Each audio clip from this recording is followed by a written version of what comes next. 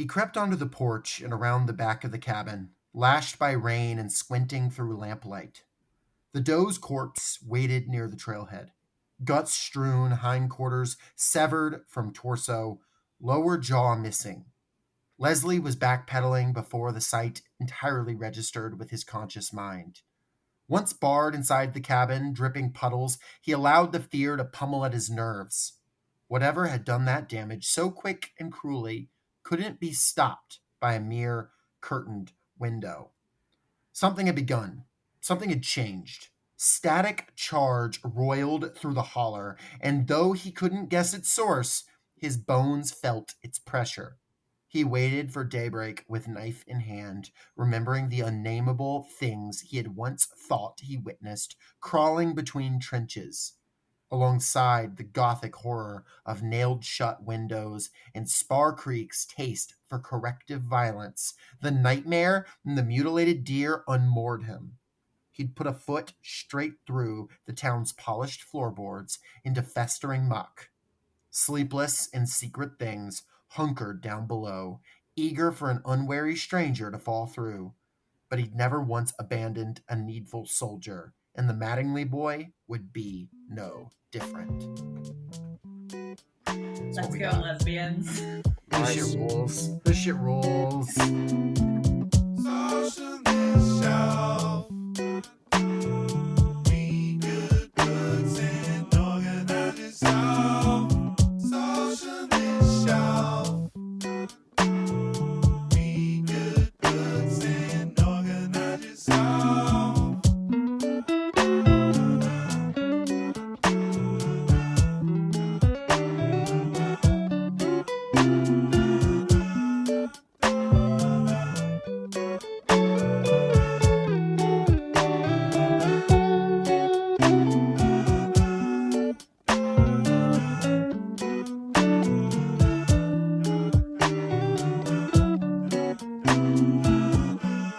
You're now listening to Socialist Shelf Radio. Welcome once again to the Socialist Shelf, the first time now under the larger banner of Workers Lit. Y'all, how are we feeling? Feeling lit. You know, lit. I'm feeling, scared but strangely horny, which is what I believe this book is supposed to evoke. Oh, are I was you about to scared say- because Zoran is gonna do trans Sharia to you? Yes, it is confirmed that this is going to happen, not just to the New Yorkers, but to everyone in the country. If you don't have a Ware Sona, one will be assigned to you. You'll get your You will- Ware soda and your new pronouns in the mail soon. Mm, I'm drinking a local brewery, the People's Porter. I thought that was a good choice for tonight. fuck yeah. Let's go. I checked out the White House website, what it says about the shutdown, and I'm not kidding. It says on the White House website, part of the reason for the shutdown is because the Democrats want, in quotes, transgender for everybody, end quote. Yeah. That's what it let's says, fucking- transgender for everybody. So, I mean, fucking just go. executing on that vision. When I jumped in this call, I was halfway through making a Bloodborne meme that says transgender for everybody. It's so fucking good. It is. I hate- It is a very trans game. I hate Trump's turns of phrases that are like genuinely good and that make me like happy. Transgender for everybody will stick with me hopefully long after he himself is gone from this world. Yeah, it's up there with everything is computer for me. Honestly, or, like, what was it like? All my dudes, or sometimes gals, or whatever. What do you say? Yeah. I think that with all respect to June and Caleb from Kill the Computer, Everything is Computer would have also been a great podcast name for what they're doing over there. God, please. Anyway, we're talking about a time before computers today. Computers are but a glimmer in the eye of a science fiction writer. There is nothing but dirt and muck and just gender angst and monsters. We're talking about Woods All Black by friend of the show, Lee Mandelo. Very exciting. Yeah, refer back to our Melusine episode, which he guested on. I think we mentioned the Woods All Black. I think it came up in conversation on that episode, and we said we'd get around to it eventually. And boy, howdy, I'm glad we did. because Oh my it's god. good. And this actually, because this is, Aisha's first episode as an official third mic. This was Aisha's pick. You want to tell us why you picked this book? I mean, we know because it fucking rules, but if you want to tell the listeners, I'm sure they would love to be clued in. Sure. Well, I mean, full disclosure, Lee is a really good friend of mine, so I'm gonna be biased about this book, but I feel like that even if he wasn't my buddy, I would still be like, this rips. Play me another. So Lee Mandelo is a USA Today bestselling writer, scholar, and editor whose work focuses on queer and trans and speculative fiction. That's his bio. And he has a PhD in gender studies from the University of Kentucky. So technically he's Dr. Lee. So There we go. Dr. Lee, let's go. So he was born in Kentucky, and he grew up in the country, much probably in a place like Spar Creek. So he and I have talked about how so I grew up outside of DC, but for high school, I lived in rural Maryland. So like I also lived in kind of like a, not quite so, not like Appalachia, but it was very, country. And we described it as, it's the sort of place where you have a car beer, where you all know what a car beer is, right? Got a beer in your car. Well, it's a beer you open while you're driving to the party. Oh, yeah. Like a PBR, yeah. So like the concept of a car beer horrifies people when I tell them about it, but I'm like, it's like a 2% beer. What you have to understand is I had a conversation the other night at a party where a guy was saying, he was like, I believe if you have proven your competency, a single beer while driving is not only fine, but you're right as an American. He's right. He's right. Yeah. It's actually the only right guaranteed in the Constitution, is what he said to me. And he said it so straight that for a second I like blinked and I was like, oh, fuck off. He went, drinking while driving is the only right guaranteed in the Constitution. And I was like, what? If it's not already the 28th Amendment, it will be. Any attempt to restrict drinking and driving here is viewed by some as downright undemocratic. It's kind of getting common is when a fella can't put in a hard day's work, put in 11, 12 hours a day, and then get in your truck and at least drink 1 or 2 beers. They're making it laws where you can't drink when you want to. You have to wear a seatbelt when you're driving. And pretty soon we're going to be communist country. So Lee's first book was Summer Suns. And it's a gothic horror. It's like a ghost story. Really, really good. I also recommend that book. Excellent. Much longer than The Woods All Black, but it rips. It's very autobiographical, I believe he said. It's about gay drag racers.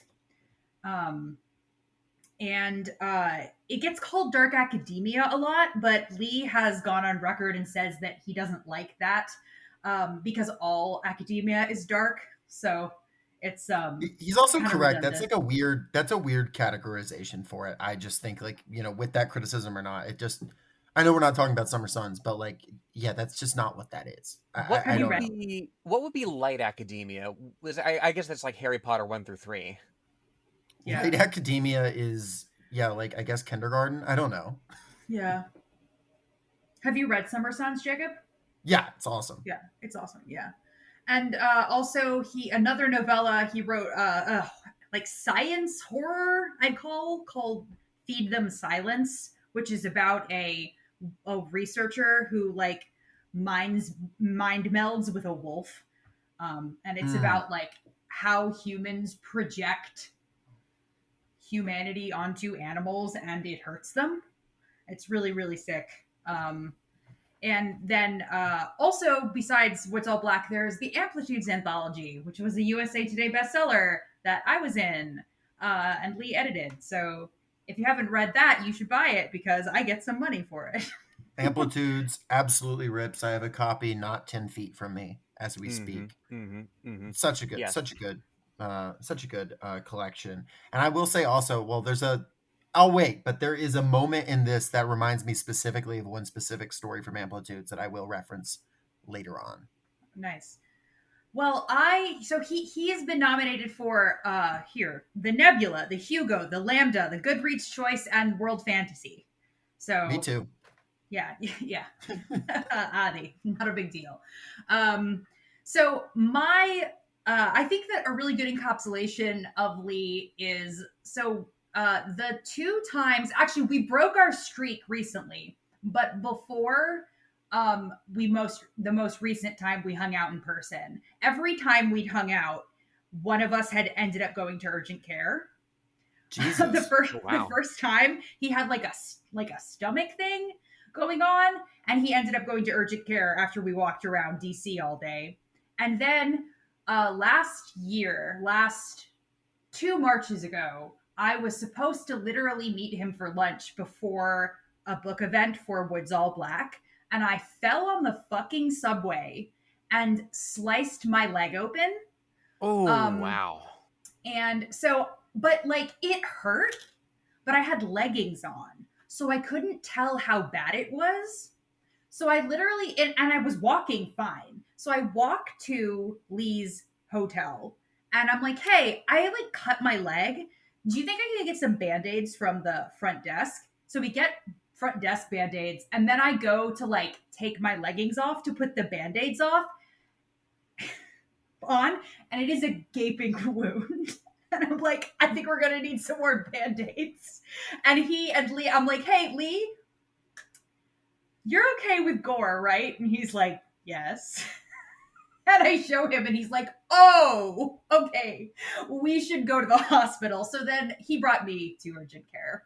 My And understanding is that the new Chapel Roan single, "The Subway," is about that. It's yeah, it's she's about got a specifically, flayed, I believe, is what it says. yeah. Anyway, I got 3 stitches, couldn't bend my leg for like a couple weeks, and I have a really sick scar that looks like something bit me. Perhaps Anyway, a but creature from Spar Creek. yeah, so that's Lee. Gave up his lunch so he could bring me to the hospital. That's so sweet. Yeah. Perhaps y'all are a danger to each other, but I'm glad that y'all are friends nonetheless. We hung out the last time we hung out, nobody went to the hospital. It was great. We broke our streak. Huge win. You maybe could use the main character from this book like hanging around y'all while y'all Oh, hang Leslie, out. yeah, we could definitely use him. He might be of use. You need the services of a handsome nurse from the front lines of the Great War. Hell yeah, I mean, who doesn't? Aisha, you could have picked any of Lee's books for this. Why did you pick What's All Black? Well, I mean, I think it is a book about queer rage. And it is a Mm. book about, I think it gets called Reverse Bash. Like, it is a book about gay people winning. And I am definitely one of those people who is not like you can't kill gay characters. Like I'm not someone who's like, you know, it's problematic if your queers don't survive, especially if there's multiple queers in a story. But I feel like at this particular moment, this way, it's like this is not a cozy book. This is not a book like about like things just naturally being okay. This is a book about queer people being like, no, actually, I am angry. And I'm Mm-hmm. going to make it somebody else's problem, which I think there needs to be more of. And sacrificing their own blood and sweat and tears and body to make it so. Yes. The queer victory does not come without significant sacrifice and pain. And it is very explicit about that. And it's very badass too. I mean, it's also extremely cathartic to read. But I agree, like not in a like cozy, like, oh, we're gonna just pretend like bad things don't exist in the world type of way. But despite the bad things, we overcome in a really cool, gnarly, and messy way. That's why we called it dark woke in the chat earlier, as you were saying. Yes. Dark woke has begun. Dark woke is back. Woke is back on the menu, boys. I've been saying. And that is something I really appreciate about this book, is because for all that there is community, if not necessarily safety, for all that there are refuges for queer people in this story, eventually patriarchy is going to come and find you. Eventually that contradiction has to be resolved. So what happens when the priest from the next town over catches up with you, right? I also think that the moment that this book takes place in, like the late 20s, is like the world on the cusp of something bad, Mm-hmm. and the gains, because like throughout like the 20s and a little bit into the 30s, um culture was very liberal in a lot of places, Mm-hmm. especially Europe, the Weimar Republic, um, and stuff. And you can't help feeling the sort of echoes of history in this moment, where it's very possible that all of it, like, it's good to remember that the gains that you've made can be disappeared Mm-hmm. Right. Mm-hmm. if you don't fight. Literally in the 20s again now, right? Like literally Yes. in the 20s. We're also, it's fascinating, on the night of Halloween, Trump threw a roaring 20s party in the White House, which is like interesting. How did the roaring 20s end? Sure, we shouldn't Mm-hmm. Yeah. investigate that. But you're right, like these cultural movements, if not tied to like political power and success, are they can be ephemeral, they can go away. But it is this interesting time where you could have someone like Leslie, the main character of this book, who we'll get into, who has interacted with people who are like thinking and talking about queer issues, and it's not like you're not having to invent something that wasn't really happening. Like, yeah, like if he spent time in Paris, he could have met people like that. He could Yeah. have built these communities in the big cities, and and obviously there have always been queer people, even when there wasn't the language for it, which this book goes into. It's been expressed in different ways, and including in these small towns where someone has no connection to the outside world. And this book understands that. But yeah, it feels, I guess, relatable in that same way. This book even acknowledges, like, Leslie's like, yeah, I've seen like fascist pamphlets going around and stuff like that. That's kind of interesting that there's this thing in the underbelly of society. And he says the same rot exists in these small towns, which, like Spar Creek, is where this whole story really is going to take place. Mm-hmm. Mm-hmm. Mm-hmm. Yeah, I've definitely seen people talk about this book. And I think there's even like a quote in the book that says that Leslie is a character ahead of his time. And I don't necessarily think that's true. Mm-hmm. Like, I think that he's a character exactly of his time. We just have a tendency to only attribute, there are things that we think of as belonging to modernity or contemporarity. I mean, because, the 1920s is modern period, but like, um, I think that if you watch pre-code movies, there are gay people in them. Right. Like, there was, like, until before this crackdown, like, you could find like drag bars in cities Mm-hmm. and stuff in the 20s. Yeah, I mean, Germany at this same period was leading the world in transgender research. It Yeah. would they had I forget what it's called, the Center for, I believe, Transsexual Research is like the direct translation of it, and it was one of maybe the first book burning by the Nazis. Mhm. Mm-hmm. Um, Mm-hmm. Yeah, yeah, Hirschfeld is directly name dropped in this book. It's um it puts me in mind of some of the reviews that I've read of this book get a little bit, no shade on the reviewers. Some of the reviews of this book get a little bit performative in terms of saying, oh, this is exactly the book for this time, right? And a litany of, and putting forth a litany of abuses against queer people, and situating it within that context. But there is a temporal parallel here, I think, between the moment in this book and the moment that it's on the cusp of, certainly. I am skeptical of, I've seen discourse highlighting 2014 to 2020 roughly as like a quote unquote golden age for like queer acceptance. Oh, come on. Um yeah, exactly. Like you can if that's the only, best we get, then fuck. yeah, you can only, I've seen it qualified before as well. You have the proliferation of informed consent models for HRT, and this, that, the other, bathroom bills being defeated across the country and whatnot. But you can only talk about it in very relative and situational terms. But we are nonetheless in the midst of a particularly venomous backlash. Yeah. Mm. I Yeah, 2014 to 2020 was woke 1. We have just inaugurated woke 2. I thought it Yeah. was really interesting last night when Zoran said, I tried to cooperate with all of y'all, but I can't. And then he unveiled a nameplate that said Stalin 2. That Hell was yeah. crazy when he Yeah, began that was dark really woke. crazy. I'm scared, actually. They're gonna make Yeah, me It's go it, pee. it's it specifically said S and then the number 2, Lynn. Like, I don't know who was behind that choice, but we they got the spirit. yeah. Or Stupid. he said, yeah, he's got a jersey that says Mao on it. Like, He pulls his shirt up and Mao is painted on his chest. yes, like the tattoo that Mike Tyson got in prison of Mao Zedong, like the really shitty one. Crazy work. I mean, I was at the gym today and I saw Fox News on, and you would think, given what they were saying, they said like a fifth of the city is planning to leave, and I'm like, God, imagine. God, if only.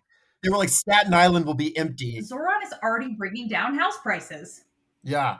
Every New Yorker I know would be delighted if the people they say are leaving are going to leave. They're like, everyone in Staten Island is going to clear out. It's like, well, Hell yeah, brother. more room I for was us. I was listening to his victory speech earlier today, and he said something about, yeah, and we're gonna work with police to bring down crime, and it's like, okay, yeah, so we're still working Well, with Yeah. that framing, are we? Like, Well, Well, it's not. We're one step at a time. We'll talk about it Yeah. more on our episode next week of or this week, I guess, considering when it comes out. Of yeah, my man doesn't want to get de Blasio'd, is the thing. That's true. mm-hmm. De Blasio. Anyway. Yeah, we'll talk about that at some length on this week's episode of Unfit to Print. I remember the You name know of that who podcast. almost gets de Blasio'd is Oh, there we go. the protagonist of our book, Nurse Yeah, Leslie hell yeah, hell yeah. Bruin. Lenore, will you frame up what the plot of this is, the basic conceit? Yes, Leslie Bruin is a nurse with the Frontier Nursing Service, which is an organization in Kentucky that seeks to bring nursing and midwife services to really remote rural populations. Historically, it did some serious good, bringing down like maternal death rates, infant mortality rates in the area. Of course, like we'll get into the prejudices of its founder. Like there is no institution of medicine in this country that doesn't have a tinge of like the bigotries of particular to this country. I mean, But eugenics was literally a one of their core tenets. So Yes. it's very present in the frontline nursing service and very present in the book too. Like Leslie talks about it. Because there was this Yes. idea that like we need to vaccinate the white population, the rural white pure population, to keep them alive, right? Right. And it's lovely that people were vaccinating the rural white population, but also, there is the implied, what about the rural black population? What about, some of the urban population? That said, these nursing services, nurses like Leslie, were able to go to places that would have probably not gotten vaccinations for a fucking decade or more afterwards. Exactly. Um, And it's interesting. This book delves pretty deeply into the concept of like group culpability and like who is guilty and who is not. And I think that that's it's really interesting to have a member of the frontline nursing service be the avatar for talking about that, because it did do a lot of good at the expense of a lot of other people. Right. Absolutely. And the small town this book takes place in is called Spar Creek. It is a tobacco town. They grow and harvest tobacco. Very remote. You got to take a horse to get there. And you take a horse after you've taken a truck over a gravel road, after you've taken a train. And it is a town that feels haunted from the beginning. It feels very like classic Southern Gothic. Things are the mountains are dark and they're all around you, and you feel the weight of the land. You feel the oldness of them. Reminded me of something like the Old Gods of Appalachia podcast or something like that. You feel that. I think Lee wrote a piece for the Old Gods of Appalachia. Did he really? That's Yeah, awesome. yeah. I actually, when I first read this, did not know if there was going to be supernatural stuff until like halfway through the book. Because I was like, oh, maybe none of this is actually supernatural. Maybe this is vibes. Because if you ever have gone out camping, especially in Appalachia or just the South or anywhere, and you get to somewhere that's really dark. I mean, like genuinely dark. You can see the Yeah. stars, but you cannot see in front of your own face unless the moon is bright enough. You do know this feeling of this like oppressive darkness that is like somehow holy. It's not bad, but it is terrifying. Yeah, the other menace in this book that makes up the majority of the horror is, I think, call it the homophobia vibe. Just like Yes. the feeling of, oh, I am not safe here. And I think that this is like a good time to mention Leslie is, it's interesting. In a lot of people talking about this book call Leslie a trans man. And I would argue that that's not completely correct. And we can talk more about that. But Leslie, in his third person narration, thinks of himself as he. That is how all of the narration is. But everyone else refers to him as Miss Brune and Ma'am. And on the and he is not comfortable, but fine with dressing as a woman in order to go stealth, and doesn't seem to. I think probably maybe I think the most accurate might be like he him lesbian to describe. Like kind of a Stone Butch vibe. Yeah. Yes. It's also just it's Lee also writing this understands that modern terminology often partially shapes modern identity, right? The way people think about themselves or the things they have access to Right. think about. Um, Leslie is working off of what he has learned, what he knows about himself intrinsically, but the language he's using is what he's kind of picked up out there where he can pick it up. Right. He also You can only specifically dates women. right. Yeah. And I Right. think probably would describe himself as a butch. Like Yeah, at one point he refers to like himself and other people like him as daddies, like in the scene. So it's also partially related to like their relationship to like the women they date and things right. like that as well. Um, it's not hard and fast because it wouldn't be in real life, and it wasn't in real life for these people. So he also like a lot of frontline nurses like were lesbians. Like that was like Yeah. or not frontline nursing service, the World War One nurses. And Leslie was a World War One nurse. He was on the front lines, literally like going out into the dodging bullets to bring back wounded soldiers in the trenches. And there's some really harrowing, we don't spend time with that. We just get it in his memories. But I mean, I even read at the top, like he said he saw enough blood pour out on the ground that he felt like he's not sure that he saw like horrors, like supernatural horrors rise from the ground. You have these memories suffusing the book of him being assaulted and like biting the guy who assaulted him. And later on, it seems killing the guy who assaulted like him at the latrines. He has killed multiple people. It says that a gun sits comfortably in his hands in the sense of he has the reflexes, but he is horrified by what he has done and has to do. So, I mean, he is very defined, even a decade after the events of World War One, by serving in that war, and having seen the most brutal shit of it. And I mean, he has this like there are very rare moments where he has any solidarity with the people in the town, but there's one moment where he says, "Can I smoke with you?" And they said World War One service, and they were like, "You've earned a smoke." Like one of the only times anybody, because like there is occasionally that shared connection of like he has seen like this true hell on earth. Right. I do really like that scene for a reason that we'll get into as well. But this is so multifaceted what we're talking about here, and I'm excited to dive into it.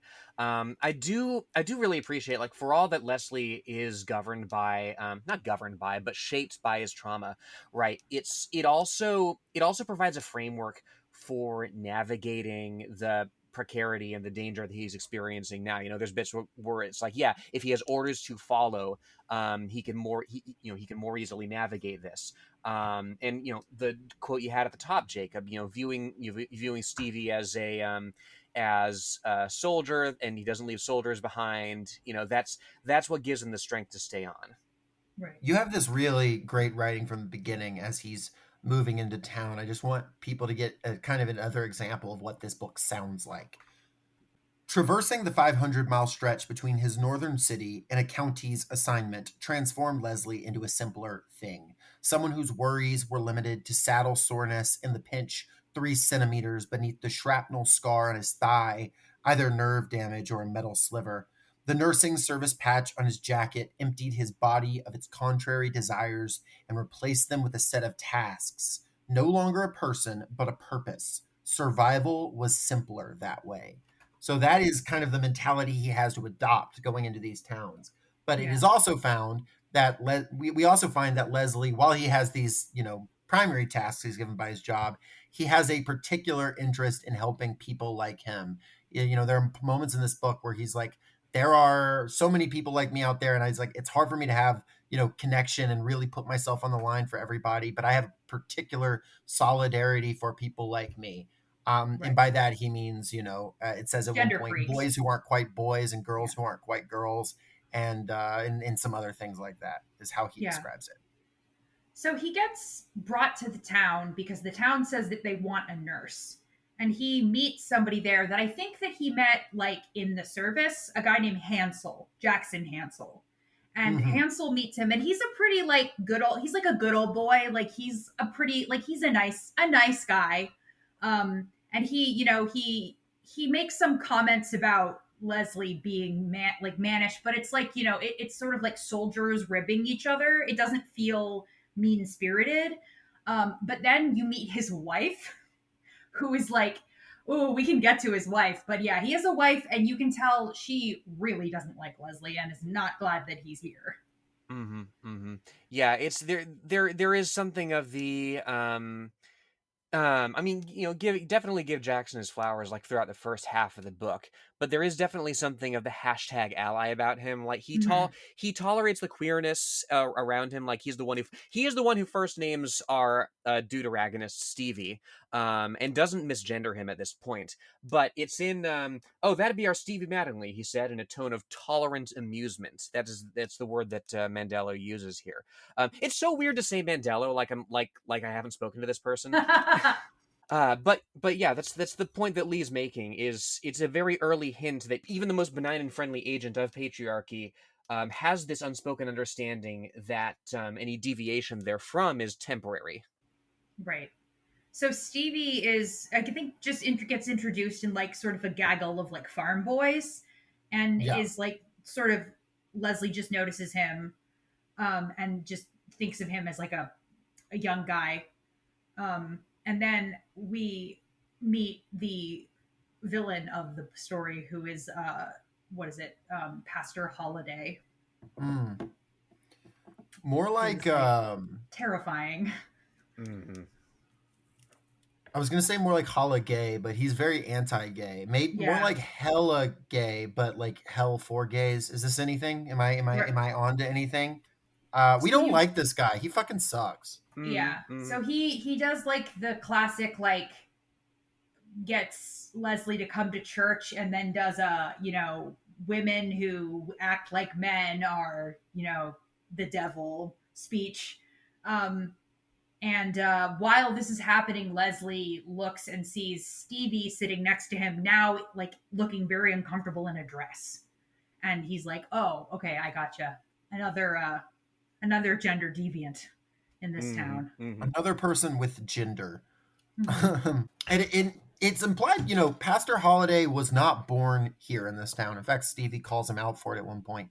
He came sometime, at some point, and has changed the mood. We have another character later say this town was at one point as good as any for somebody who wasn't quite right, is how they describe it. Not good, but not particularly bad.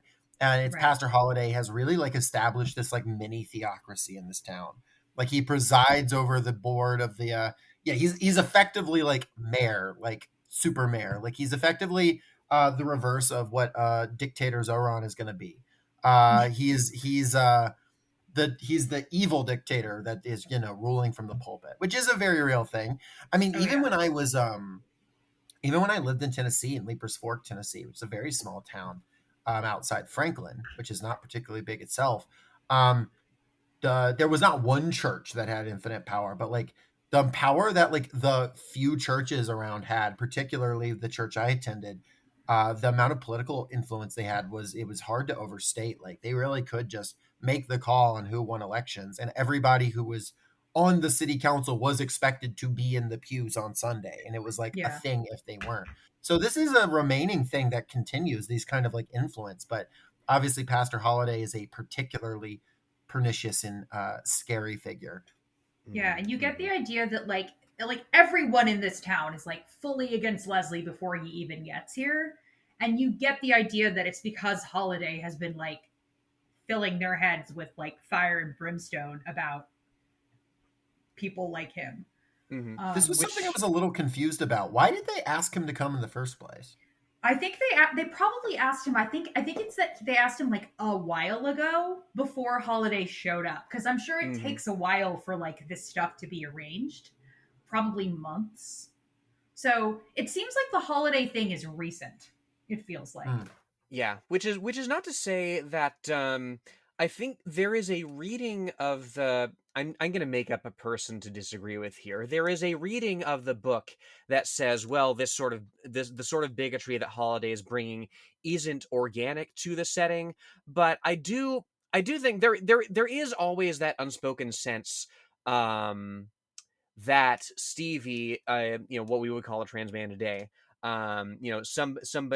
somebody who's somebody who doesn't dress and act according to what these people expect.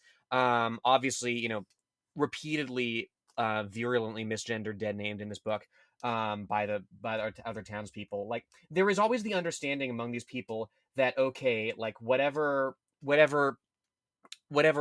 transgression of like gender boundaries you make, whether it's like dress or like work, is situational and has an expiration date, right? So it's not that the attitudes that Holiday's bringing are anything new, certainly, but that the ground is already laid for somebody to shape them in a more violent direction, a more immediately violent direction. It also kind of goes along with the theme of like stuff can backslide. Like stuff can Mhm. be fine, and then some asshole comes along and starts talking about people eating the dogs, and like suddenly everybody's scared of Haitians. Like this is a Mhm. thing. This is how bigotry spreads. Like and it's not to say that these people were probably like you were saying like they weren't like bastions of like acceptance beforehand, but like Mhm. there is a level of just like oh bless your heart, that's like there's a level of Sure. tolerance in a lot of places where people are just like whatever, who cares, that like can very easily get whipped up into like you're the devil. You Yes. have this older woman named Marge that shows up in the book that talks about this, where she's clearly been there forever, and she is asked, how much sway does the pastor have, and she says, I'm gonna do how I think Marge sounds as best I can. I'm an old woman, nurse, and try to stay out of whatever trouble folks cook up with themselves down about town, but the pastor's sermons are singed around the bottom with hellfire, you'll find. I will tell you that there are strange currents running under Spar Creek, and a preacher who sets himself foremost against devils has good reason to find them wherever he is able. And I find that to be, a very foreboding. That's another thing where we have not had any supernatural things happen yet, but we're continuing to build and build. And from here, Marge is one of the people that's nicest to Leslie. Leslie is just running into, wall after wall after wall, just stepping on rakes right and left. Cannot for the life of him get anybody to even let him get a vaccine until he's finally able to get a hearing from the town council, and in a very very uncomfortable scene where he has to perform gender, Oh yeah. and just go through all this coldness, and really sees how Pastor Holiday runs the town, has to win them over to even allowing there to be some level of vaccination. But in that scene, even they're like, he's like, oh, and I can help with childbirth, whatever, and they're very like, you've got nothing that our like old women can't do. They're very concerned about him bringing like deviant sexual practices to the town, and they're very concerned about him getting involved with Stevie, of Yeah. course. Mhm. And that's the Mhm. inciting incident is him getting involved with Stevie. And I wanted to like read a little bit of like that from when that happens. And it's like Leslie hears something, like he keeps waking up because he hears something in the woods. And today he hears it and he's like, and it's, the lantern cast its meager glow across Stevie Mattingly, glossed his purple lip and the fresh blood that steamed from his nose down his chin onto a bared collarbone. He clutched a ragged, torn shirt closed over his chest. Bitter sweat and alcohol stink wafted from him. Leaf litter was tangled into his unbound hair. Livid, toothy bruises speckled the meat of his neck and shoulder. Leslie's body snipped away for fright to make room for battlefield practicality. As both a nurse and a soldier, he'd encountered this scene before, and surely would again, given the world's nature. And that's like all we're really told about what happened to Stevie, though later he comes back and tells Leslie that he's pregnant. And Leslie's like, I can't do anything about it. I don't have my tools here. Like, because he can't give him a back alley abortion. Just like, and then Stevie's like, okay, well, fuck you. I'll fix it myself. And that's kind of where the fantasy or the horror starts coming in. He fixes it himself in a remarkably effective way. Yeah. He's like, all right, okay, bet. Turns out for the low price of 2 fingers, 2 payments of 1 finger, 99, you can get an abortion and plus some, extra stuff thrown in. Yeah. So like Stevie has been raped by this guy that you kind of get the idea that he's sort of friends with, like who's at least like in his group, like in this group of boys. And I guess you only have so many guys to choose from. Right. And he hangs out with this group of boys kind of as one of the boys. And I think that any trans mask person who's grown up, like, I think that, like, I'm not trans mask myself, but I am, I'm non-binary, but like growing up and hanging out with the boys, there is a certain kind of way that you start feeling like you're one of the boys, even though, and then it's kind of like you have the rude awakening where you realize that you're not, and that like they see you as like an object, or they see you as like a sexual conquest or something like that. And that's what happens to Stevie. And of course, because he lives in this shitty religious town, the family's like, oh, okay, well, we'll just marry him to this guy and that'll fix it. That'll make it lawful in the eyes of God. Right. And unfortunately, that's, a practice that the shotgun wedding is a common thing. But what people don't often note about the shotgun wedding is that very often are not consensual situations. And I can say from not experience of having experienced it myself, but having known people who have gone through that there have absolutely in my life, I've been people I've known who have gotten married after a situation of, we'll say, dubious consent. I don't know if it was as violent as this, but of, an imbalance of powers, a teacher, a former teacher, a former coach, someone much older, a imbalance of power situation, leading to a kind of being pushed into marriage. So this is a thing that continues to happen. And in this story, Floyd Marshall is the name of the guy who everybody in town was like, oh, he's just moonstruck after Stevie, and it's like, well, I think guess it's interesting. After a manner of speaking, you mentioned dubious consent, because I think it's interesting that like he does look like he's been attacked, but he's also smells like he's been drinking, right? Right. But at no point is Leslie like, oh, well, were you just drunk? Like, what were you wearing? Right. Like, there's this Leslie in no way ever is like, okay, did he ask for this? Oh yeah, this was not dubious consent, to be clear. Right. Right. But I do think that there is that little like, okay, he was drinking with the boys, and then, but like that is not, like, it doesn't matter how drunk you are. It doesn't matter what you were wearing. It doesn't matter if you say yes and then say no. Like, that doesn't matter. Like, and so, yeah, he's trying to, and they're trying to throw him out of town, like Leslie, and he's desperately trying to stay in town because he wants Stevie to come back with him to Louisville. Yes. Yeah. There is always that tension between,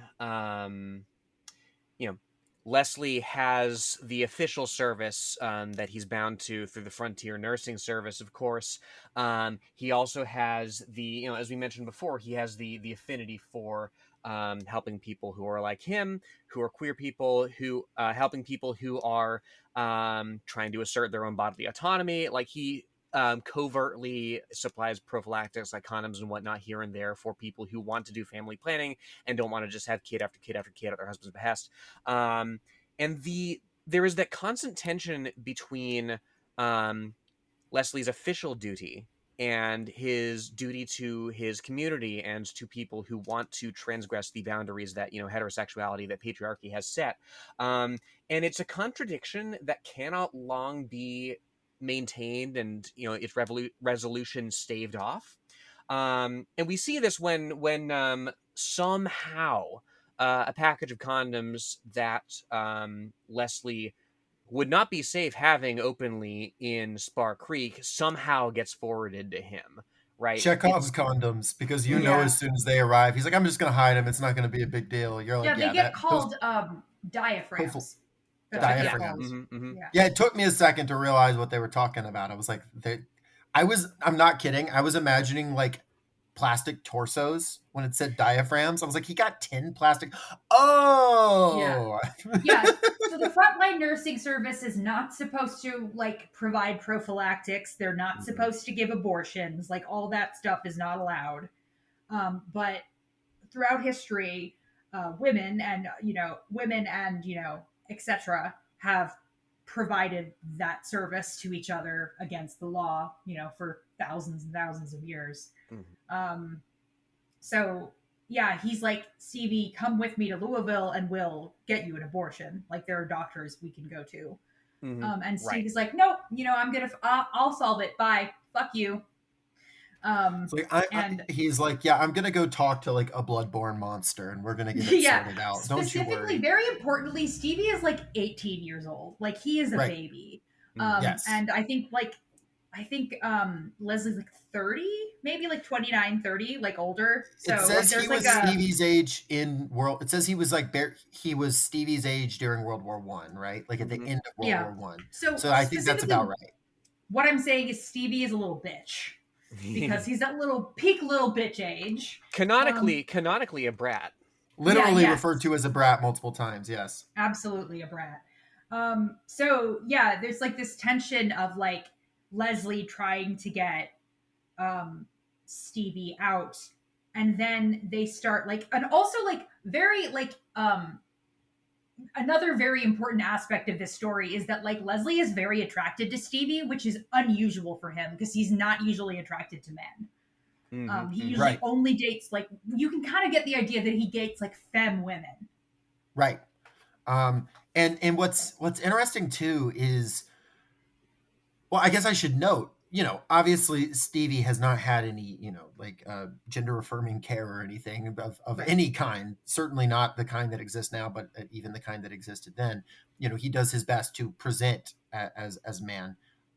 But you know, Leslie sees him as a man. It is not like Leslie's like, oh, you know, I'll use his pronouns, but I see him as a woman. Like that's not what's happening here. It's very like, he's thinking of him as a man, which I also find that interesting. Like the fluidity of sexuality is interesting in this book. Like people are not falling into the categories that they would typically fall into.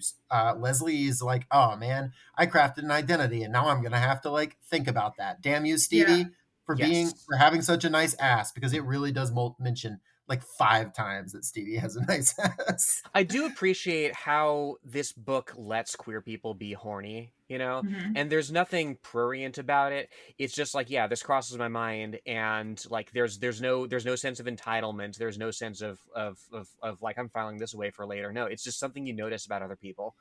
Yeah. We're 3 pages in before Leslie like looks at a woman's tits. So like, yeah.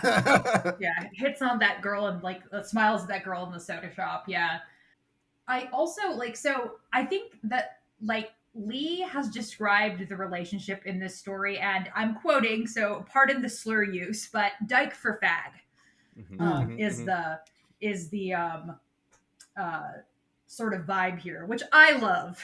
I know that like Tumblr doesn't like that, but I love when gay men have sex with lesbians. I'm sorry. I think it's awesome. Well, Tumblr wouldn't exist for like 90 years when this happened. So, you know, there's no They can't comment on it. They're like, I found, I like the idea of this being like a true story and then finding the journals and like critiquing these people and like Yeah, it's like when the interview with the vampire TikTok discovered Eric Bogosian's sex writing from the 70s. It like blew their mind. I was a big fan of looking through Reddit on this, and I mean, most of commentary on this book is like overwhelmingly full of praise. There were a couple people who commented on the age gap. Um, Whatever. my response to them is they'll be fine. Yeah. And the other thing I saw, this wasn't a criticism, but it is one of the funniest things I've seen in a while, and I cannot believe I didn't screenshot it. But someone on Reddit was like in a subreddit for like figuring out what a book is, and says, "Does anyone know the name of that book where it's like woods and everything's dark?" And someone said "Woods All Black," and they responded, "Oh yeah, that's the one." It killed me. Let's see if I can find it. They nailed it. On the subject of the age gap, there is like a level of you fucking okay. At the time, there was no grinder. Right. There was no anything. You fucking take the dick that you can get. Like, this is Right. what I said when people were talking about Call Me By Your Name. I was like, listen, you guys don't know what it was like. No, I can even. You guys can get all the apps. Yes. No, 100%. And my understanding is I saw, just the through line, I saw on Blue Sky today, someone said Zoran has promised in New York to create Grindr for lesbians. That's what would fucking clean up on Grindr for lesbians. Are you fucking? Oh my god! Just so we know, Leslie. Oh my god! Holy shit! Call me. No, Leslie, absolutely. The jokes about like the performative whatever. Like Leslie is that, but actually like he's just chilling, reading like Virginia Woolf and like looking up like to the side. Yeah. But that's just him. Yeah, throughout this book, Leslie is reading Orlando. Yes, which would be a great thing for us to cover at some point. Actually. I was thinking about that this whole time just now, and it's not one that I had been familiar with until now. Happily, there's a podcast that does trans femme literature called the St. Almsworth Book Club, and I'll explain that reference another time. But they literally just a couple days ago dropped an episode on Orlando, which is, Leslie explains it in the book. There's an immortal that starts as a man, becomes a woman, romances all types of people. And to hear Anais explain it on the St. Elmo's Book Club, this person's primary hang-up about suddenly being in a feminine body is, well, wait a minute, I like girls. There's no way I can be a woman. Yeah. I think it's interesting that this book conclusively answers the question that's been on all of our minds. Who's afraid of Virginia Woolf? Well, it turns out it's the town of Spar Creek. Yeah, literally.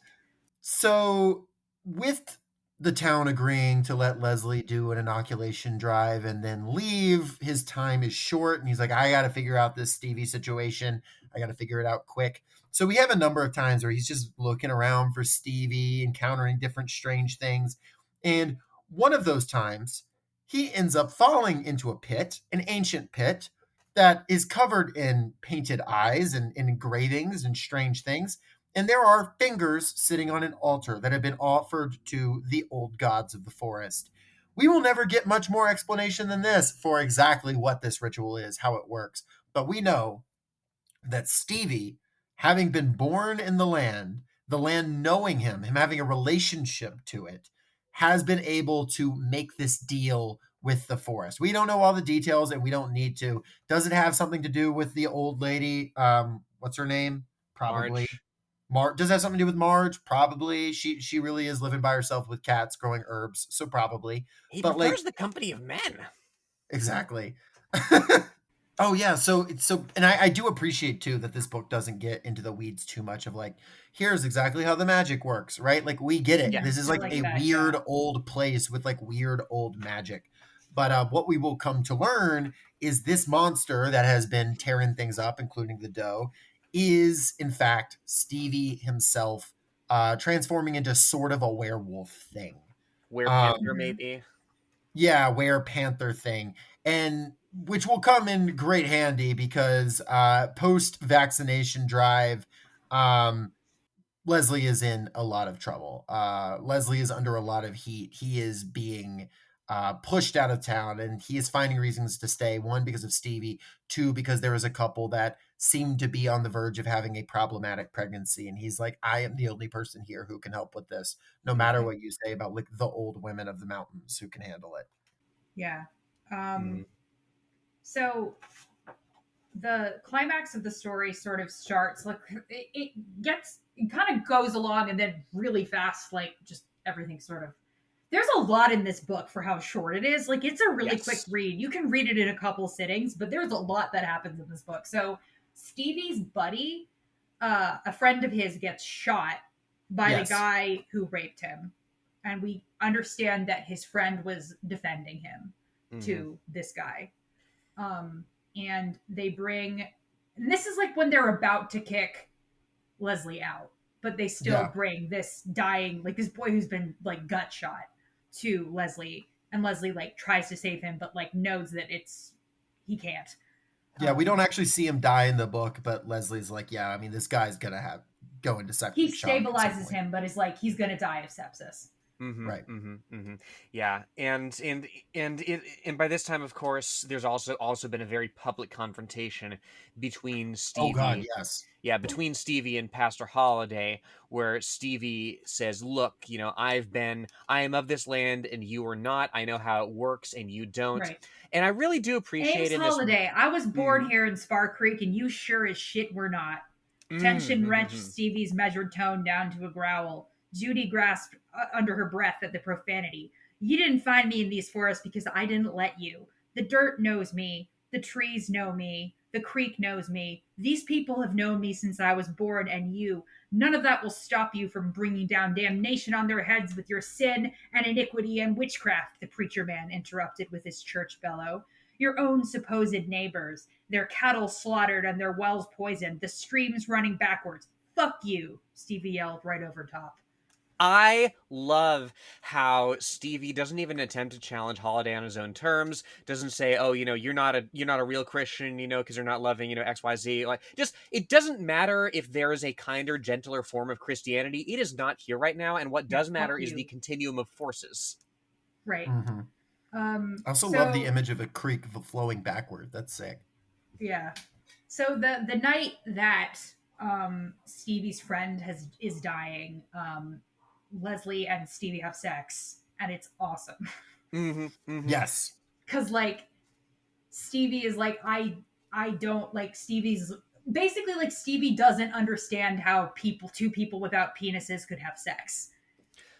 One of my favorite lines of the book on page 100 here. What, you think boys don't get fucked? Yeah. Because Yep. like sometimes you need to just come out point blank and say it. Yeah. Yeah. So like And I highly recommend, people read. I highly recommend people read this whole book. But this scene was brilliant. It's so good. yeah. And there's a feeling of Leslie really being the guide. Like really, this is at this moment almost like medicinal in a way too. Like Mhm. Stevie needs to understand this. It's something he wants desperately and he can't quite get.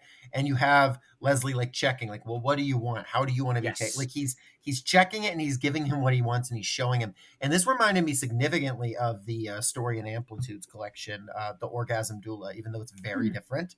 It made me think of it, this idea of like this is actually like a relationship that also has a healing and psychological component. It is not pure sex, but it is also, I mean, it is, but it isn't, Mhm. right? Like it's Right. also gender affirming. It's also like necessary, and it's also someone who believes in bringing this about for another person. I found that to be really really fucking cool. It is one of the best sex scenes I've read in a book in a while, Mhm. only to be rivaled by a sex scene that will come before too later long. later in the book. Yeah. It puts me very much in mind of, it is all, the scene is all comfort, it is all negotiation, it is all critically it is all equivalent exchange, right? And it puts me very much in mind of the bargain that Stevie that he makes with the whatever entity of the forest is going on, right? Right. It is something that is, the crucial piece of it, of what's missing from patriarchy, is like, yeah, you give up everything to patriarchy, you accept your role, and whatever shielding you have, whatever protection you have from, this or that quote unquote, bad egg, is in the context of of an equal brutality visited upon you if you deviate from this thing. Whereas, a relationship with like the forest, or with like, another queer person who's in the same boat as you and who, respects your autonomy, is okay.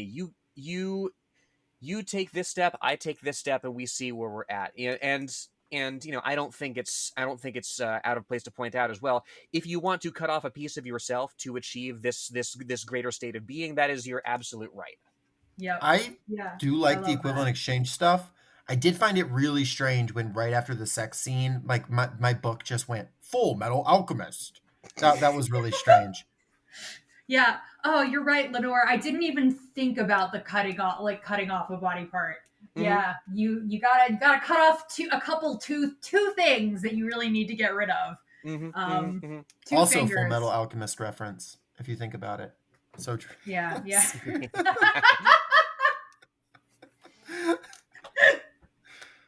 Full Metal Alchemist without the white supremacy. Anyway, Yeah.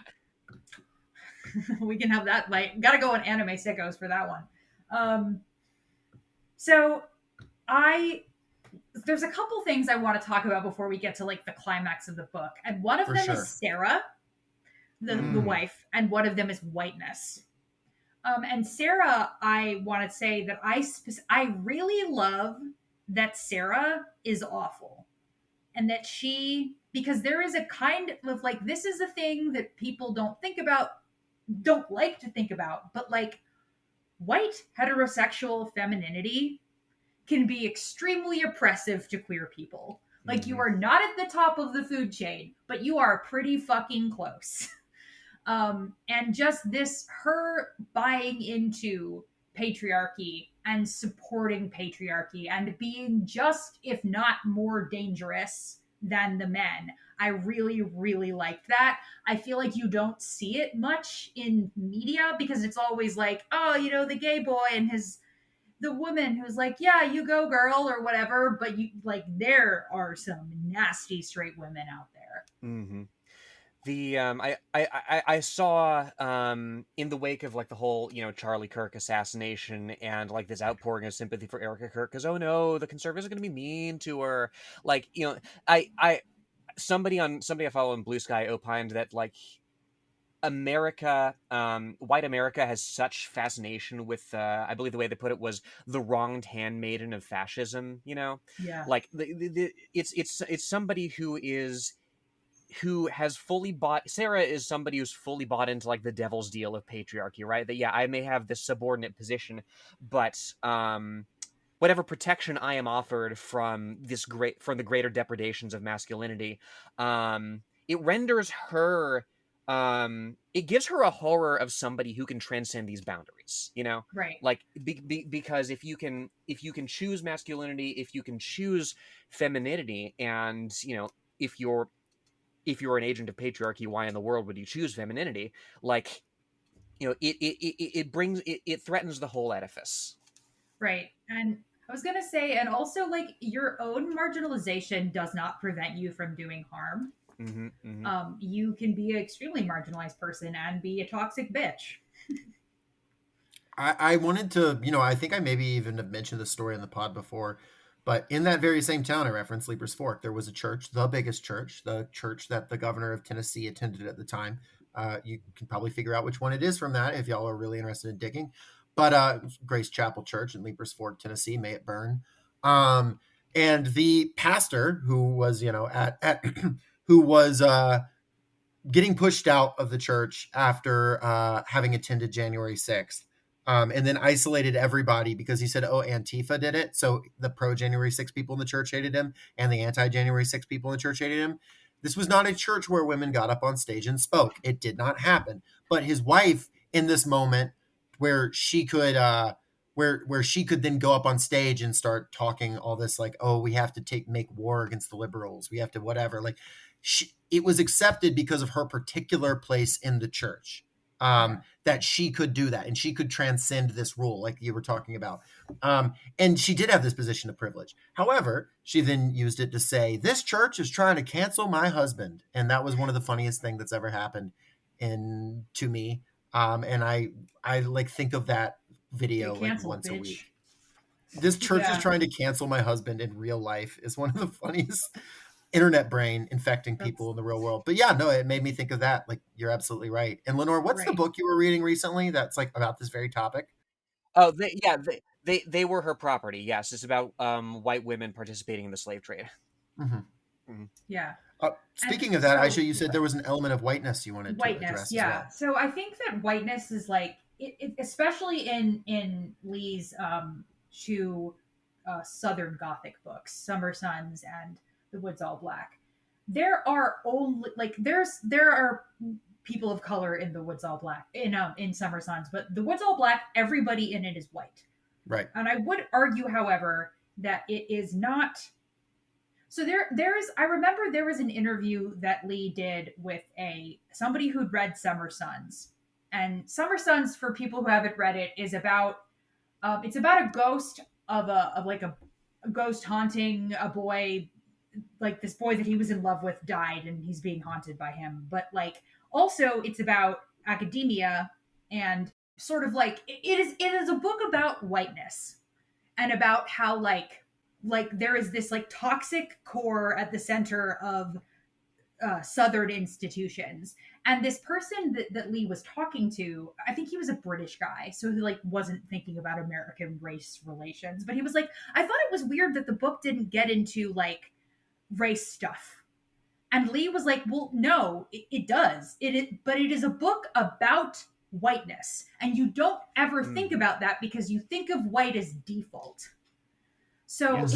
it is like a white people horror book. Like it is a book about how whiteness is horrific. That is, and I think that there is an element of that in The Woods All Black too, because there is whiteness just like hanging all over this book. And even though there are no people of color in it, I think that it is a racialized horror book because of like the way that whiteness is like a specter in these books. I mean, Leslie wouldn't even be here if this was not a white town. Right. You know, exactly. the because the service would not have sent him with vaccinations for cheap or free to this town if it was, you know, a mixed town or a black town or Native American reservation, anything like that. That they were not doing that. They were sending it to good white people. That I mean, from the very beginning, that is a key point. Well, in Spar Yeah. Creek itself, right? It derives its name. It's very, very oblique. Blink and you'll miss it, but it derives its name from a battle with indigenous people, who are, Right. of course, nowhere to be found here now. Right. So I think that yeah, I think Lee is really good at writing about the South in a way that is not appropriative and in writing about race, but is about race. Like It brings to mind something N.K. Jemisin said, where we talked about this in the 5th season episode. Like the most blistering, brutal, like racial dystopia is less terrifying than media where there is just white people, right? Like Because the Jetsons, is what she cited there. Yeah, the Jetsons, exactly. Because it's like, okay, so what had to happen in order to bring about this state of affairs, right? And that's the sort of shadow that hangs over this. Absolutely. Yeah, it was her saying that the Jetsons was scarier than Parable of the Sower for that reason. yeah. Yeah. So yeah, when I see a room of only white people, I'm like, okay. Like, okay. Right. Yeah, and it's at this point that Leslie's condoms and gay books are discovered, and he's basically told like, get out of this town right now. And he's like, we gotta go. And Stevie is like, give me one more night and I will finish up my business here and then we can go. And you get the idea that finishing up business is, you know, taking out this fucking guy who raped him and killed his friend. So, but before that can happen, Leslie is woken up in the middle of the night by basically like a lynch mob. They're going to kill him with baptism. They are going to take him to Spar Creek and baptize him to death. They're going to drown him alive. Yeah, like call him like a witch and like, Scarlet Woman, blah, blah, blah. So it's like the priest and then Sarah and then other people. And the nice guy from the beginning, Jackson, he's not there, but he doesn't do anything to stop it. Right. This is something that really stuck with me. And it's early in the book, but what's happening now is an echo of it, I feel. Jacob, you mentioned the bit where the men of the town sort of have an understanding with Leslie because they discover that he's served in the Great War. Richard offered him a matchlight, he puffed till his cig caught. Bless you, he said through his teeth. This paragraph right here. Kitchen chatter floated on the breeze into their companionable quiet. Leslie caught one snatch of a phrase, but what else did she expect to happen sneaking around at night? And damningly saw the men react, eyes sliding aside, legs jiggling, jaws rigid. Men for whom those words dredged an ugly truth forefront of mind. Men who knew. Which is, again, something that is constantly, we discussed it before. Like even the nicest, most accepting agent of patriarchy is at the end of the day an agent of patriarchy. Yeah. And for every single person in this lynch mob, there's a half dozen people in this town that know about it that aren't there and aren't doing anything about it or aren't even speaking out against it. The white moderate, right? We've heard a lot about. But fortunately, there is a someone who has a less moderate solution. It's time for beast mode. Yeah, a bloodborne beast comes and fucking obliterates the people who are trying to drown Leslie. Yeah, I'm gonna read this because this is so sick. Yeah, it's 120 pages of just wrenching. I love the way this book is paced. It's 120 pages of just wrenching dread, and then the last 20 pages is just wall-to-wall catharsis. Go on, I'm sorry. No, you're good.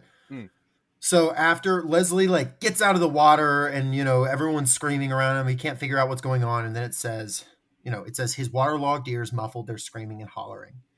On the stream bank crouched the beast that stalked the night, its eyes only for Leslie, even as a wealth of other prey scattered. None of these congregants had paused either to rescue their fellows or to stand and fight. They fled at the sight alone. Besides, the pinkness of its mouth and throat glimpsed between razor teeth made a fluorspar. The creature was dark as pitch, coal and ash given life. A membranous covering lay over its lambent, striking yellow eyes. It resembled both a panther and a man on all fours, though its shape seemed to ooze against the woods beyond. Leslie had trouble saying if its glittering fangs rose from a mouth or a muzzle, and planted one clawed thumb jointed hand into the flow of the spar. A pathetic, instinctive whine escaped Leslie. It paused. The head tipped one direction, then another, as ash sifted through the air. Muscles and tendons worked beneath its slick skin, neither fur nor flesh.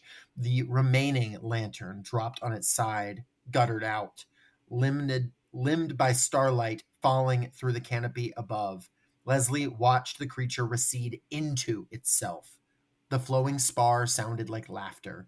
Stevie Mattingly stood where the beast had been crouched, stark naked, his fingers tipped in scything claws. Blackness clung in patches around his wrists, ankles, and groin. His human teeth glared eerie white, and his eyes still held aglow. He crossed the creek in 2 steps and dropped to kneel astride Leslie. The last remnants of coal and claw dissolved, leaving behind a boy who tenderly cupped Leslie's bloodied face. "Do you see?" he whispered, fierce as a forest god. "I had to get the hang of what it made me first, but now I'm more than any of them could have imagined." He slanted their mouths together for a devouring kiss. The taste of his spit was loam and copper. No wonder the creature had been circling Leslie's cabin. Dumbstruck and near drowned, Leslie said past Stevie's ardently clumsy teeth, "Fuck, you're stunning." Yeah, it rules. It's so awesome. What if your boyfriend was a bloodborne beast? Jesus. I like the part later on where he sees him in his wolf form or panther form or whatever it says, but that was still his boy. Fucking Mhm. love Yeah. that. Like, um, I like when he's like, oh, he's got a dick, which doesn't surprise me, but man, it's huge. No, it goes so hard. I fucking love it. Yeah, anyway, and so so does then the dick. It does go hard. Indeed. yeah, so then Stevie fucks Leslie too. with his monster dick, and it rocks. Yeah, Stevie fucks him after having, I believe, after killing. After eating a man. Yeah, after eating the man who wronged him. Yeah. Yeah, it rocks. It's awesome. More people Floyd should do that. Marshall is dead. We are having sex over his body. The meat of his flesh is like being interchanged between them during the kiss. It rules. Not going to read all those quotes. Go and check this out for yourself, Yeah. folks. We have not There are convinced you yet. definitely there's I think there is a review that was like, oh, I like this book until the disgusting monster fucking, and then people were like sharing it around and being like, I need to read this book. Like Yeah. that is like the yeah. So yeah, there's a lot of there's monster fucking in this book, and it fucking rocks. You should read it. It would be really funny for someone who didn't know anything about this, like if you read the first third of this book and then told them in the end that he like fucks a werewolf. That would be. It doesn't feel like it, but yet it works. It's a tonal shift, but it's not like an unearned one or not one that the book has made. I mean, even this monster that Stevie turns into is made of the woods. It's made of the coal in the ground, in the earth, in the fluorspar. It is a creature of this land that only someone like Stevie who knows the land and that knows him could be. And they try to sneak out of the town, but of course we gotta face down one last final boss, one last boss battle here. Yeah. And one of the most striking lines is here as well, because they sneak past the congregation having a sermon when they're leaving town. And this is where we have a line that really reinforces something we were saying earlier, which was because, the pastor is up there speaking hate.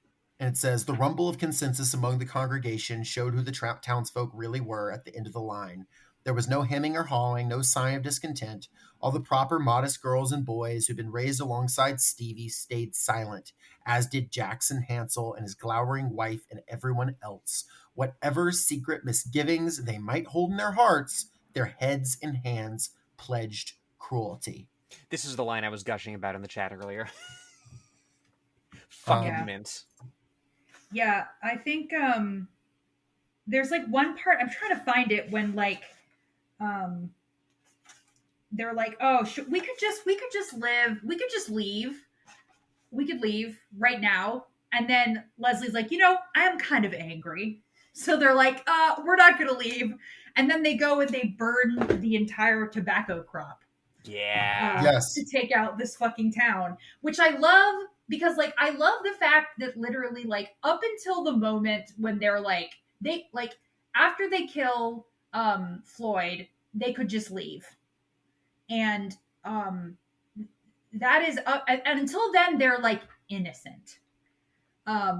Because they have a chance to leave. It was self-defense, okay, they can leave. But then they're like, no, actually, fuck you. I am going to destroy this town. Mm-hmm. And I like that they burned the tobacco, because it's a way to destroy the town without killing anybody. Because that is the town's crop. Like, the town will not survive this. Mm-hmm. Right. And then the pastor comes and Leslie kills him with a knife, and it rocks. Yeah, it's cool that Leslie gets that kill. Gets the knife that he's had in his pocket this entire time. Once again, His another trench Chekhov. knife. I Yes, think. trench like knife. His trench from his slip knife from the trenches. And yeah, then they ride out, and there's an awesome epilogue where they're like dressed as men to go, which like you get the idea that like the epilogue is like when they're like about to get on the train and they're both like dressed as men to like travel. And you get the idea that Stevie is dressed just normally and Leslie is kind of in drag. Mm-hmm. And you get that idea of like their different genders. Yeah. Like, cause like pretending to be a man, like pretending, but like being a man for Leslie is not exactly right. but like he's fine with doing it, just like the same way he's fine with being a woman sometimes when he's being a nurse. Um, Also, the little bit where like oh, we didn't mention this before, but the way that Stevie got unpregnant is by turning into a beast, and it Right. was just like a magical abortion. Mhm. Yeah, I guess it all got, with his body shifted around, whatever was in there got all grinded up, I Right. suppose. It's also Uh, doing like fantasy HRT as well. Yeah. Yes. Every time he turns into a beast and then turns back, Leslie says his chest is a little flatter. Mm-hmm. So yeah, he's getting he's getting fantasy tea, which I love. It's awesome. Fanta tea? Is that anything? Yeah. Um, and yeah, we end the book with them being like kind of bickering, being like, "What are we gonna do in the city? Oh, I can help you learn to read. Oh, there's a cute waitress we're gonna Okay, flirt with." daddy. Like, hmm yeah. And it ends like on a truly upbeat note, and they're like, there is a note of like, are we gonna like get hounded down by the police? Probably not at this point. It's been long enough, but like, there is still life to live. They've not like emerged into an accepting society, but they've escaped this dangerous situation, this horrible town, and have left it in ruins behind them. And they are okay with that. They're not wallowing in guilt for the destruction they've wrought. This town was complicit in what was done. Some of them were complicit, and some of them were doing it outright. And they've left two bodies and a whole lot of broke people behind them, and that's just how it is. And that's why this is like a queer rage book, and it does not apologize for it. Yeah. Also, like, there's that little throwaway thing where Leslie is like, "Oh, I knew some girls, and like some girls who were together, and one of them adopted the other." Just like throws that out there, and Stevie's like, "Oh, just like slow down, buddy. Maybe eventually, maybe if you still want me around." Also, Stevie calls him sir a lot Mm-hmm. in like a kink way, kind Interesting. of. Yeah. Um, which I love. Yeah, there's just this is such a good book. Everybody should read it. It's a very quick read, very easy read. Um, if you want something that has like like I always joke and say that like I don't like feel good media. I like to feel bad, but what I really like is to like have a like an upbeat ending that you earn. Like Mm-hmm. I like to suffer and then feel good at the end. And this you really do. Like this is yeah, it's a great book. Yeah, the good ending here does not get accomplished without massive pain and sacrifice, and it doesn't get accomplished in a way where all sides work out, or a single villain gets comeuppance. There's one comically evil guy and everyone else is well intentioned. No, like it ends in like the good ending comes through blood and ashes and wolf dick, and it rules. Yeah. I mean, the villain is society. Let's be real. Sure. The also like there is like a bittersweetness to this ending, like knowing what the world kind of has in store, like Of knowing course. this Yeah. is like 1930, knowing that like things are just gonna get worse before they get better. Mm-hmm. And Well, I have a feeling Stevie will be okay at least. yeah, well, yeah, these two will be okay because Stevie has magic, and then Leslie has like a magical boyfriend, so he's okay. Mm-hmm. Yeah, Um, the sequel novel that takes place during World War II. No, I'm just There, making yeah, shit up. there's not really anything of the like Matilda. Oh, I can't move things with my mind anymore because the need for that has passed. This is something that Stevie's come into and that he gets to keep. Also, the yeah, need has certainly not passed. Mm-hmm. right. Nor will it for Yeah, he's like, I gotta. He's like, until I have an 8-inch cock, I am going to keep turning into a demon. Would be cool if it always took the shape of like the elements that were around him.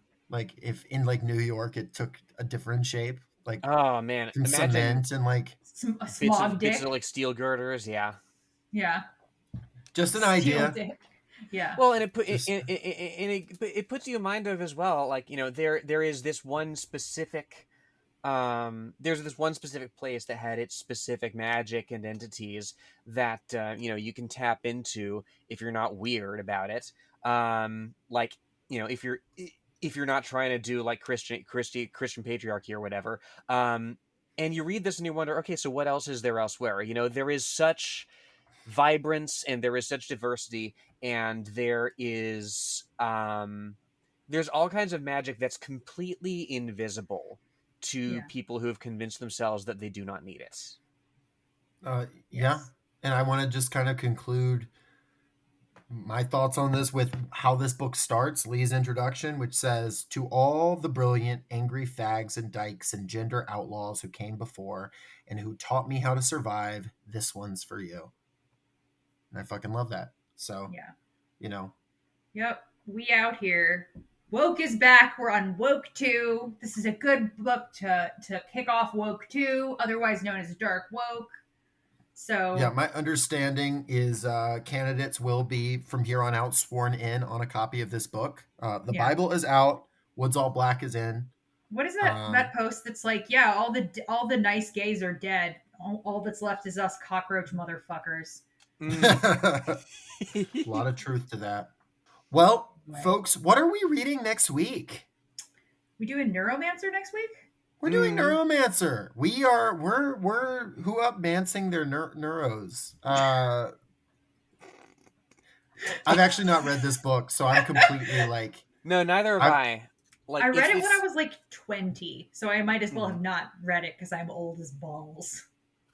Usually, usually, like Jacob, like either you or I have read the book that we're discussing. Yeah, we're both totally adrift here. I'm excited. Aisha, you read the book. All right, I'm very, very excited to see.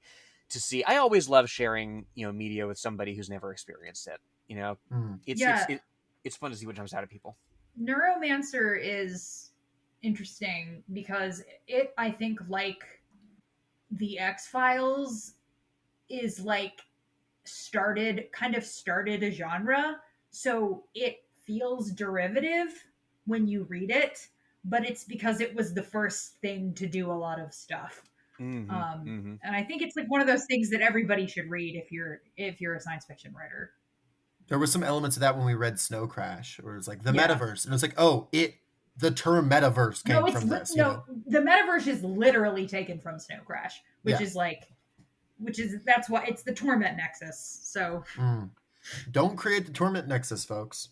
Yeah, it's my favorite book. Don't create the Torment Nexus. Anyway, I'm so glad to be on the pod. This was so fun. I can't wait to do it again next week. Next year, presumably we will still be recording next year.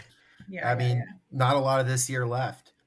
So count your days, conservatives, because Dark Woke will soon be born. 2026. The pronouns will go back in the bio. Yeah. Listen to your podcast. I have a podcast called All My Maidens, which is about Elden Ring, and both Lenora and Jacob have been on it. Twice, I think. Both of you have been on twice in different configurations. That's right.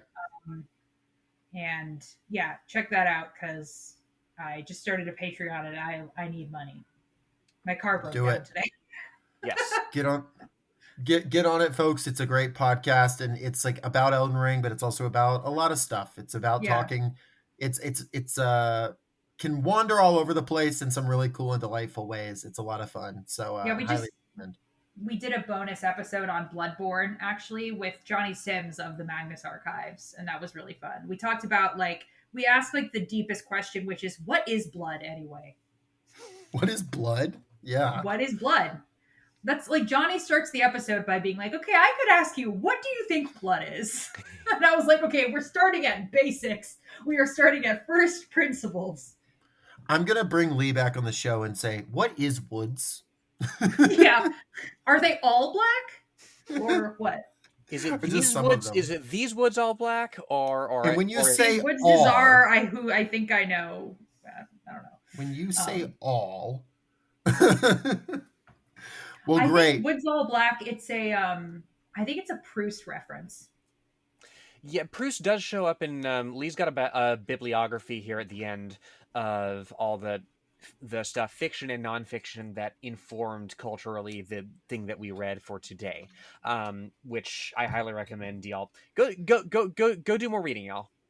Yeah, go do more reading. Yeah, there's a lot of really great queer people in queer culture in history and this big bibliography, if like that's something that interests you, which I know I love reading about gay people from history because I like gay people and I like history. So My understanding is that that Obama invented gay people. I was Yeah. reliably informed that by yeah, a he pastor invented of me. mine.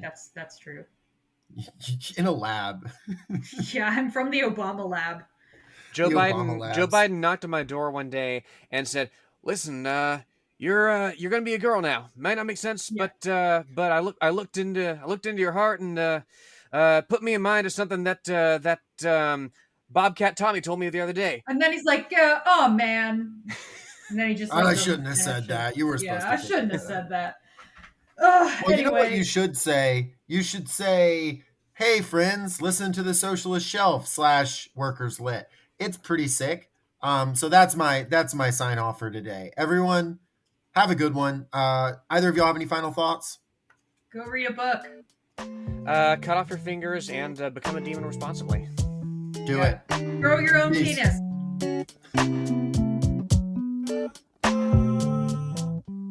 But then the sex scene is a real scorcher. She tugged at the waistband of his boxers. He got the message and yanked them off, his cock springing free and rocking slightly, twitching in time with his pulse. She smiled a cat ate the canary grin and went to work kissing his neck, his chest, hard bites on his nipples that made him yelp and arch his back, his stomach, his hips, his pubes, his thighs. Pussy and his crack. Yes, the teasing was excruciating and exquisite. Her juices dried on his face, the smell caught in his nose, refreshing his eros with every breath. I highly recommend people read this whole book, but this scene was brilliant. It's so good. Really fucking cool. It is one of the best sex scenes I've read in a book in a while. Thank you for listening to Socialist Shelf Radio.